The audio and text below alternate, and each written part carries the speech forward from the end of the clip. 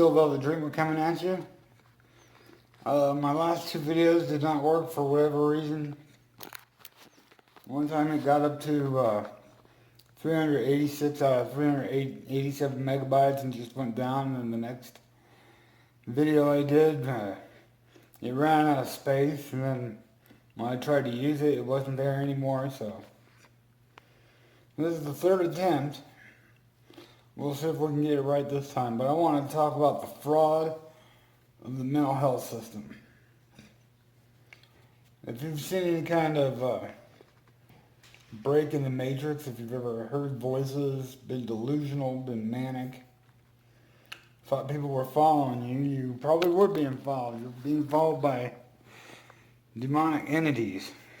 If you were hearing voices, you were probably hearing demonic entities or voice-to-skull technology. And it's my belief that, it's scientific knowledge that way back in the day, it was those people who were considered crazy that were actually the shaman and the prophets and the seers and the oracles. So I believe there's a conspiracy to put a lid on that and label it as crazy, put you on meds, make you bend over and say, I'm all better now. So that you can be under the control of a bunch of 25-year-old libtards just out of college, who have this highly liberal, safe zone mindset that, basically impinges freedom of speech.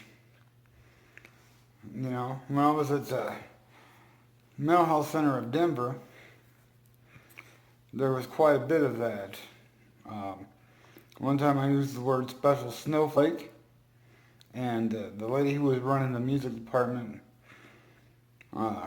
decided to say that I was needed to be sent home for the day because I said special snowflake, because somebody could be offended. Basically, they just want to turn the world into a safe zone so that they can take away freedom of speech. And these 501c3 mental health organizations like Mental Health Center of Denver, which happens to be the biggest, if not the best, quote-unquote best / worst in the world.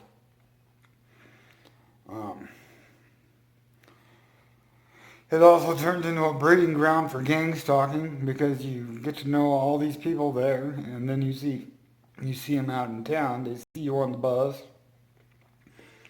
I see people on the bus and they say, "Hey, Lance," and I'm like, I don't know if I want everybody on the bus to know that you know my name. No, everybody on the bus knows my name. I also had done a video of the art room because I thought it was cool. It had a lot of color, and so I put some music on top of it. It's called Crazier. You can look it up on YouTube, but they said that was privacy violation. And I was like, wait a minute, folks. You're violating everybody's privacy in here when they walk underneath the sign that says Mental Health Center of Denver. Somebody could just see you going in that and know that you have mental health issues. But they decided that was a privacy violation and I needed to be suspended for that. When actually they'd violated my privacy because my daughter's mom and I were trying to get a bed for my daughter, and we had a check that wasn't going through at King Soopers. They were saying they don't do those kind of checks anymore. So of course my baby mom, my daughter's mom, I should say, took it upon herself, which she shouldn't have done, to call the payee office, and they lied to her and told her that I could go and get another copy of that check on the day that they were closed. And so I said, hey, whoa, wait a minute. They're not supposed to be talking to you about my business. And so somebody did get fired over that.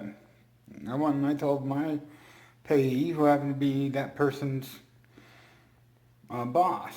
So they can get by with those kind of shenanigans. They can do all that.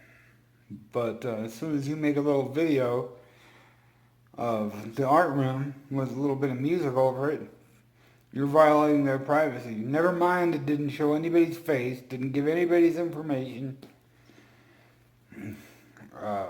nobody's name, no nothing. It was just music and the art in the art room. And that was a violation of privacy. And I used the word special snowflake. But yeah, I went to go use the phone, and some African guy, when they told me I was suspended, I was like, I'm not leaving now, I'm going to use the phone, I gotta make a call. So he started reaching in his hands in to take the phone out of my hand, and it just escalated. It got pretty handsy, and I had a fit. I started yelling, man. I said, fuck you, I didn't join the military so that I could be told what I can and can't say by a bunch of 23-year-old libtards. Because, that's a bunch of bullshit. And, I went out and there was a maritime flag there, which shouldn't be on land. It's a symbol of fascism on land. So I threw it down and I said, that flag doesn't even belong in a federal courtroom. I said, fuck you guys, and I left. And then, well, when I came to get my mail, I found out I had, I inadvertently called the cops on myself because I was like, well, I better get a civil standby because, of the way things ended. And the cops came back and said I had a warrant from the baby mom, the second daughter's mom. So, yeah, I had to go in and face that. And that was a separate issue, but yeah, things got pretty hellacious there. If I farted, somebody would hear the repercussions from that. They'd send out an email. Well, Lance is doing this, Lance is doing that. I think Lance is getting high. But, we work as a team was their big motto. So basically it was gang stalking and control. And, I even had the same one that went on the rampage telling me that somebody could be offended at this special snowflake remark. She looks at me and goes, I want you to be a functional member of the community. Okay. They just want you to take your meds, shut up, sit down, take their shit, and go with the flow, and have these people gang stalk you and write emails about you, call your doctor, call your case manager, try to get you in trouble. A bunch of people, talking behind your back, gang stalking you, all that shit. So, it's my belief that the mental health system is a fraud. And if you've been gang stalked, you've seen basically a break in the matrix. You've seen a crack in the reality. And these demons are coming around you because the veil has thinned. Because whatever's going on in your brain, your chemical balance or whatever, is what gets you to see through to the other end. And they want to put a lid on that and make it seem like this is the only thing that's going on and anything else is just a bunch of insanity. Take your meds, shut up, and make us rich and put us in control. So if you're in the mental health system, I would suggest you get out. You go tell a doctor about any of your gang stalking stuff that will say you're paranoid. Flat out. I'm sure a lot of people are there because they thought they were being followed. And in most cases, they probably were. They were being gang stalked. But since you can't prove it, because their techniques are so subtle, you get put on meds and made feel crazy, and you get to sit down and shut up.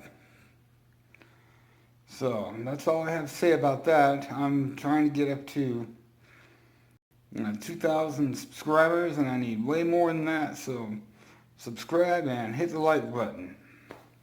Thanks. This is Steel Velvet Dreamer out. God bless you.